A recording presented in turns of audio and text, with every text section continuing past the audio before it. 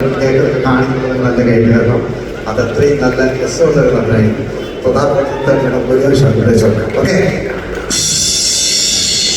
പ്രതാപ് പോത്തൻ തകര എന്ന തന്റെ ആദ്യ ചിത്രത്തിന് ഫിലിം ഫെയർ അവാർഡ് കരസ്ഥമാക്കിക്കൊണ്ട് മലയാളി മനസ്സിൽ ഇടം നേടിയ നടൻ. വിവിധ ഭാഷകളിലായി 100-ലധികം സിനിമകളിൽ വേഷമിട്ടു.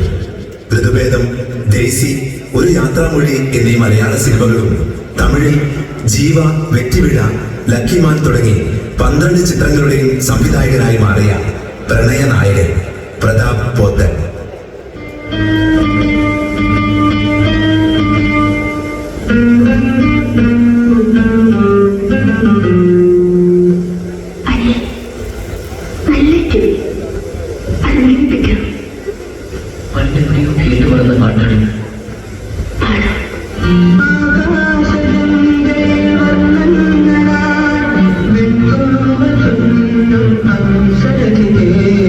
സ്വർഗത്തുണ്ടോ